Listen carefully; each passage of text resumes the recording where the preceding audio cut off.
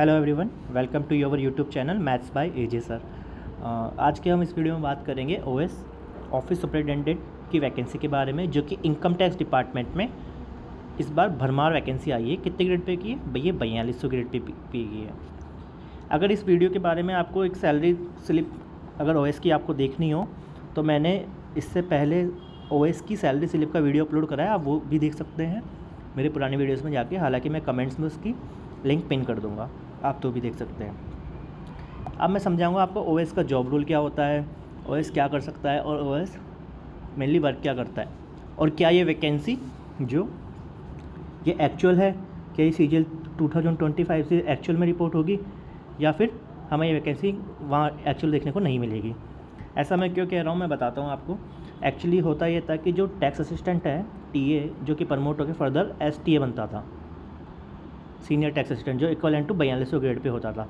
फिर कुछ साल बाद, लगभग 4 से 5 साल बाद या 3 साल बाद किसी रीजन में एसटीए प्रमोट होके क्या बनता था? ओएस। ये एक टाइप का प्रमोशन नहीं था, हालांकि ये सिमिलर लेवल की पोस्टें रहती थी, परंतु जब आप एसटीए से ओएस बनते थे तो आपको एक इंक्रीमेंट का फ़ायदा मिलता था। एक इंक्रीमेंट 4200 ग्रेड पे भी एक एक्स्ट्रा इंक्रीमेंट मिलता था आपको, ठीक है। अब हम बात करते हैं क्या ये वैकेंसी एक्चुअल में रिपोर्ट होगी। जी हाँ, अभी तो जितना हम आरटीआई रिप्लाई से देख सकते हैं कि 2025 के लिए हर जोन ने वैकेंसी रिपोर्ट कर दी है और आपकी टोटल वैकेंसी है 6771। जी हाँ, 6771 बहुत ही बम्पर वैकेंसी है। कभी भी 4200 ग्रेड पे की एक ही पोस्ट पे इतनी वैकेंसी आपको देखने को नहीं मिलेगी पिछले 10 सालों में। तो अब फर्दर क्या यह वैकेंसी एक्चुअल रिपोर्ट होगी? अभी इसका कोई कंफर्मेशन नहीं है। एक्चुअल में क्या सीन है कि जो भी लोग प्रमोशन से प्रमोट होने वाले थे, मान लीजिए आपने टीए ज्वाइन करा सीजीएल 2020 के अंदर या 21 के अंदर, अब आप 3 से 4 साल आपने सर्विस कर ली, 3 साल तो मिनिमम कर ही ली, ठीक है। अब आप प्रमोशन होने ही वाले थे, आप बनने वाले थे एसटीए, पर डिपार्टमेंट ने क्या कर दिया, उस पोस्ट को नाम चेंज कर दिया ओएस। एसटीए पोस्ट अब ख़त्म ही कर दी है, ये ख़त्म ही कर दी है पोस्ट एसटीए। तो अब इस केस में क्या होगा भाई? इस केस में क्या होगा? जितने भी जो लोग प्रमोट होने वाले थे हर रीजन से, वो उन्होंने लोगों ने क्या कर रखा है, एक्चुअल उन्होंने कैट में केस दायर कर रखा है कि ये जो वैकेंसी सीजीएल ने इस बार रिपोर्ट करी है, ये वैकेंसी डायरेक्ट रिक्रूटमेंट से ना भर के किससे भरी जाए? प्रमोशन कोटे से भरी जाए, प्रमोशन से भरी जाए। क्यों भरी जाए प्रमोशन से? आप अपने आप को सिनेरियो रख के देखिए, या मैं अपने आप को देखूँ तो मान लीजिए मैंने सीजीएल 2020 में अपने होम स्टेट में टीए चूज़ करा। मैंने टीए क्यों चूज़ करा? मुझे पता है कि मैं 3 साल में अपने आप एसटीए बन जाऊंगा, फिर मैं ओएस बन जाऊंगा, मेरी सैलरी बढ़िया हो जाएगी, मेरे प्रमोशन एक्सपेक्ट बढ़िया है। पर आज के सिनेरियो में क्या? आज के सिनेरियो में न्यू रिक्रूटमेंट रूल्स आ चुके हैं, तो अब मुझे वही पोस्ट के लिए मुझे 10 साल जाना पड़ेगा। मैं इतना वेट क्यों करूँ? मैंने तो डिसीजन डिपार्टमेंट को देख के लिया ना, उस वक्त प्रमोशन एक्सपेक्ट को देख के लिया। आज अगर आप रूल चेंज कर रहे हैं तो ये तो हमारे साथ धोखा है, या हमारे बैच वालों के साथ धोखा है, या फिर जिस भी पर्सन ने ज्वाइन करा उसके साथ धोखा है। मैं पर्टिकुलर मेरे लिए नहीं बोल रहा हूँ। तो इसलिए ये डिपार्टमेंट की यूनियंस की तरफ से कैट में केस दायर है कि ये वैकेंसी विड्रॉ की जाए और ये वैकेंसी हमारे प्रमोट करी जाए। उसके बाद जो भी आप फर्दर देना चाहे, जो भी बैचेज़ आए हैं, जैसे 2024 नवंबर, जहाँ तक मुझे याद है नवंबर 2024 में न्यू रिक्रूटमेंट रूल्स आए थे। तो जो इम्प्लीकेशन है, जब तक नवंबर 2024 का बैच है तब तक उनको लोगों की यही आशा है कि हमने ये पुराने रिक्रूटमेंट रूल के हिसाब से टीए ऑप्ट करा था, तो जब तक हम प्रमोट हो जाए तब तक वैकेंसी आप आउट सोर्सेज या डायरेक्ट रिक्रूटमेंट से नहीं भरे, जैसा कि एक्साइज डिपार्टमेंट ने किया था। एक्साइज डिपार्टमेंट में न्यू रिक्रूटमेंट रूल्स बहुत पहले से आ चुके थे, पर उन्होंने जो एग्जीक्यूटिव असिस्टेंट, जो कि इक्वलेंट टू ओएस है, उस वैकेंसी को उन्होंने कब से चालू करा है? उस वैकेंसी को उन्होंने सीजीएल 2020 या 21 से देना चालू करा है। तब तक उनके ऑन प्रमोशन ही जब तक है, उनके टीए पहले ईए बनते रहे, फिर उसके बाद इंस्पेक्टर बनते रहे।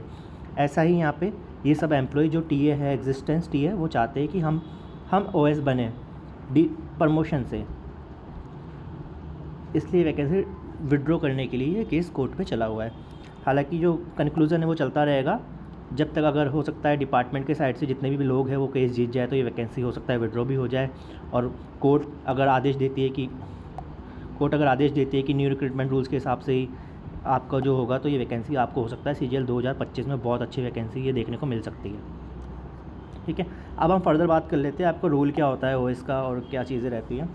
तो OS का रोल देखिए, डिपार्टमेंट के अंदर बहुत सारे वर्क रहते हैं, पर जो सिमिलर वर्क रहता है DDO से संबंधित। सबसे पहला वर्क जो होता है OS का DDO क्या होता है? DDO जो आप डिपार्टमेंट में जाओगे तो एक आपका DDO होता है जो कि आपकी सैलरी, आपकी लीव्स एप्लीकेशन वगैरह देखना, आपके एरियर्स, डिपार्टमेंट में जो भी आपके DA एरियर्स हो गए, आपके जो अलाउंस हो गए वो देना, ये सब देना DDO का वर्क करता है।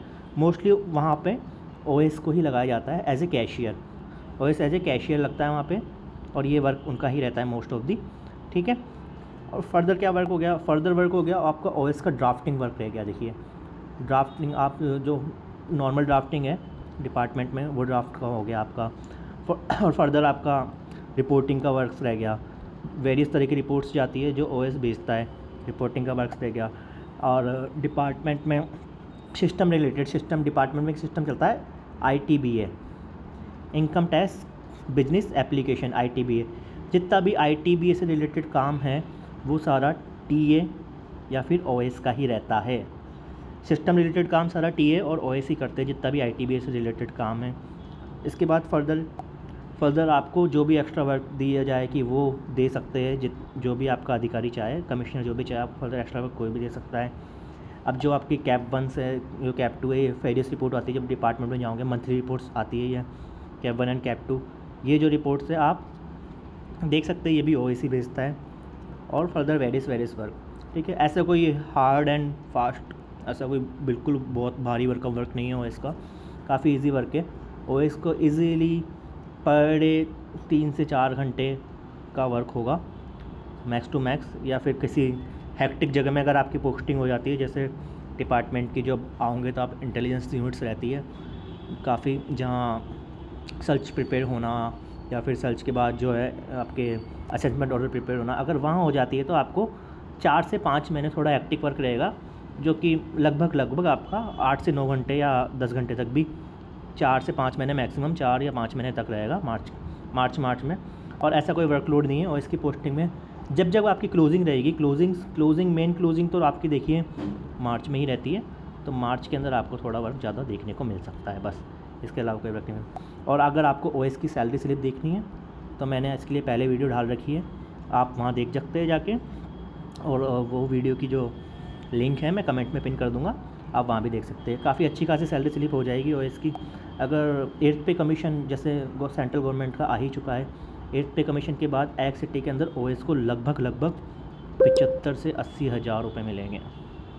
जी हाँ, 75 से 80 हज़ार रुपये या 80 से प्लस आपको देखने को मिल सकती है एक्स सिटी के अंदर, मैं बात कर रहा हूँ ये। ठीक है, थैंक यू एवरीवन। बस यही इन्फॉर्मेशन थी जो आपके साथ शेयर करनी थी, मुझे लगा ये इंपॉर्टेंट है तो मैं शेयर कर दूँ आपके साथ। Thank you again.